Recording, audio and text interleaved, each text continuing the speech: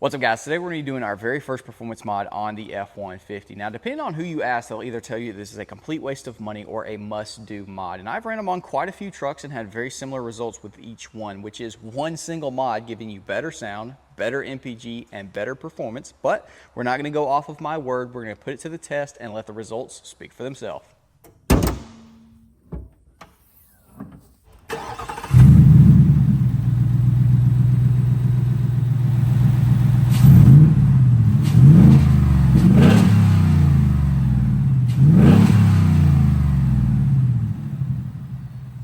We're going to start off by using a 10 mil to disconnect our negative terminal.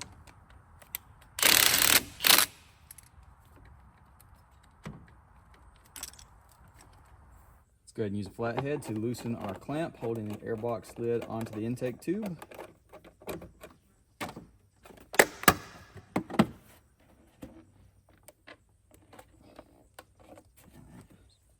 Now on the back of your intake tube there is a PCV hose that on the bottom side you just push this blue lever over and that's going to allow you to just pop it out just like that. Hear it click, slides right off, super easy. Pop this guy up as well. Now it's time to remove our airbox completely. First thing you want to do is remove these two push pins that are holding the intake snorkel down.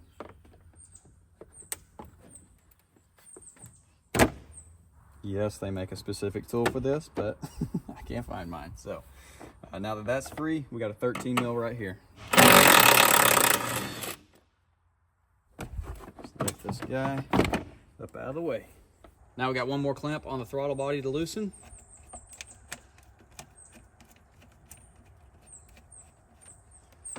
Wiggle this guy off of there.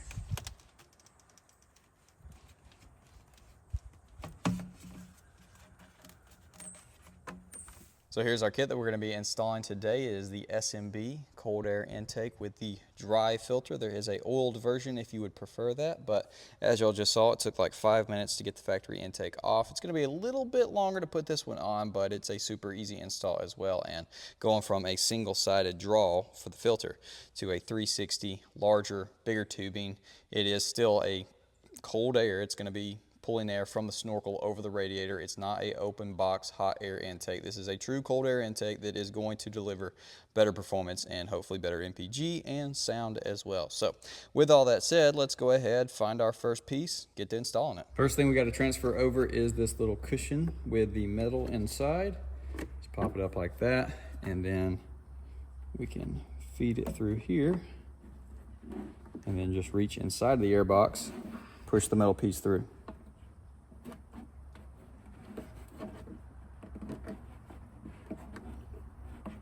Just like that. Take our oval rubber piece, put our large clamp over it, slip it onto the box itself. This is what the intake tube is going to go through. Tighten it down. Now we're going to put our front inlet on the airbox. This guy is just going to slip over, and then there's these little plastic rivets that I believe just do like this and go against each other and lock into place. So we'll go ahead and put one in. Line it up, and then I believe from the bottom side we just do it against it, and that should, yep, pinch it into place. Locked in. Now for the 21 plus trucks, we're going to be installing this little plug in this one, and then in this one we're going to be installing this guy. These are all plastic. Well, that's metal, but that's like molded into plastic, so you want to be careful with that as well. But this one is 9/16. Not going crazy, just nice and snug. And then this guy is a 3/4. All right, that should be good. Here's two little cushions that the factory airbox sat in. There is two studs in the bottom of this airbox that need to line up in there. Make sure that they do. You should be able to feel it. Yeah, just like that. There it is. Everything should line up as well. Right there. This guy right here. She's good. Now let's go ahead and put our 13 mil back in.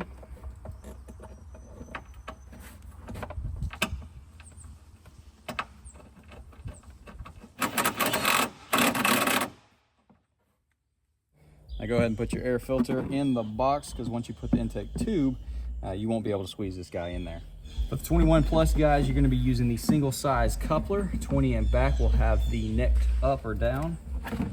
Just work this guy into the air box, and you can slip it over the throttle body.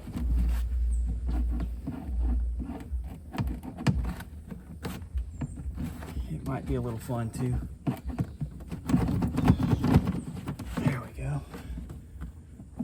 Line it up, throttle body, push it all the way down up to the edge, and then make sure your intake is pushed up flat with it, and tighten these guys down. Try to get them nice and neat too, so it'll look good. Probably have to loosen your air filter clamp up a little bit. Let's get it to go over the tube. There we go.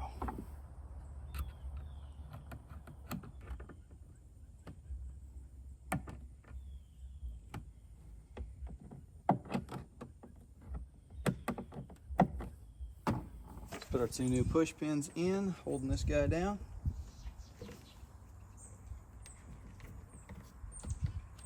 See, does that go over or under? That seems good to me. Come on. There we go. Perfect.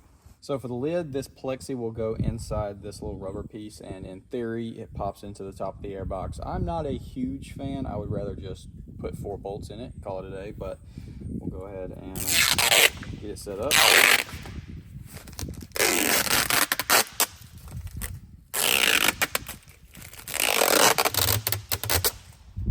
I'm guessing the little cutout is where the thumb puller is. So let's try not to get it covered in fingerprints. Get it in here.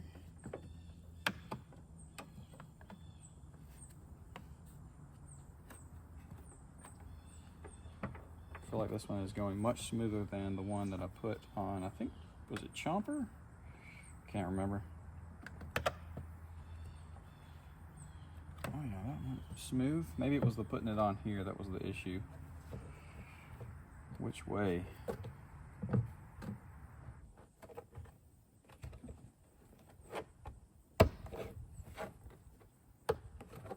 we go. Okay. All right, not the end of the world. That wasn't too bad. All right, here she is. I guess I had it on there right. It is nice and secure.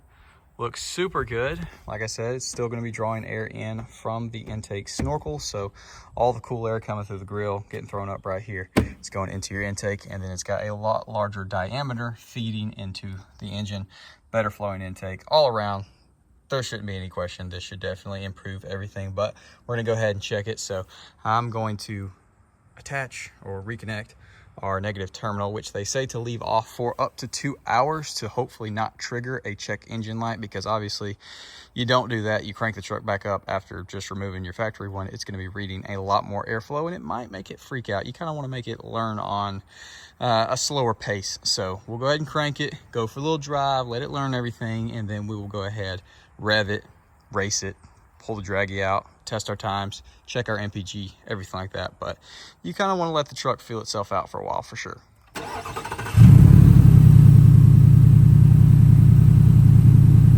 MPG is honestly going to be pretty hard to beat because it is already outstanding, but we're going to go ahead and reset it and see if we pick up anything from 20.8. But did it help with doing a burnout?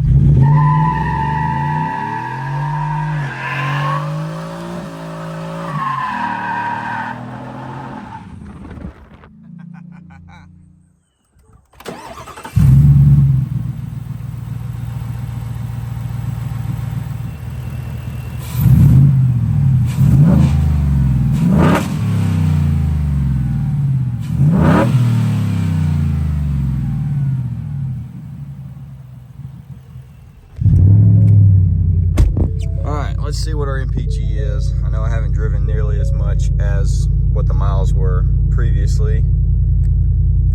Let's see, 20.3, 62 miles. So really good, but not above 20.8 just due to how I've been driving. We've done a burnout, we've done some launches, and I haven't been on the interstate at all. It's just all like back roads, 55, 60 mile an hour, stop and go in town and that kind of crap. So super good mileage, but not better than it was originally, but I definitely think it can. It just would have to be driven the same way that it was for that specific trip. Let's go make some pulls and see how she does. Hopefully we can beat a 8.72.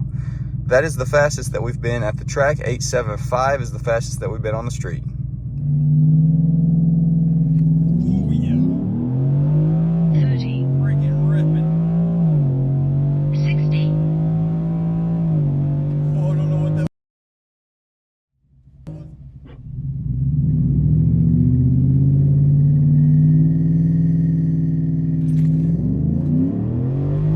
30, 60.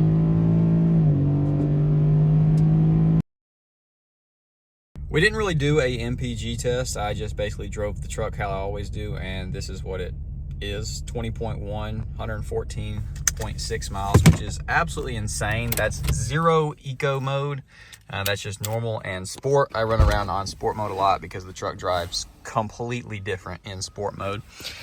It's way more fun and aggressive.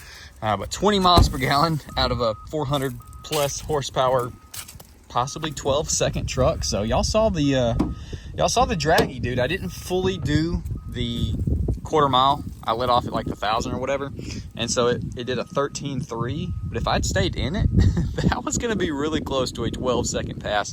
And I'm stoked with our numbers. We went from a 8.75 was the best ever on the street in that same spot, and then at the track we did an 8.72, and then we checked off at 8.58, considerably quicker for sure. And so I am stoked, and that pretty much proves it right there. I'm sure we could probably go back and get an even better one because the launch wasn't super crazy. We were still at, what was it, 2.0 something, 60 foot. But yeah, there it is. Looks amazing, way better than factory. It sounds really good on revs, and as well, if you got the window down, maybe taking off from a red light or a stop sign or something, you can hear it drawing air. It's not something that really changes the noise inside the cab with the windows up or at speed, but you can definitely hear it sucking more air at, idle rev or with the windows down, like I said, when you're driving. And looks great. And obviously it gave us a little bit more performance because we got our times down. I definitely think the fuel economy, if I drive like a normal human being, would be up above.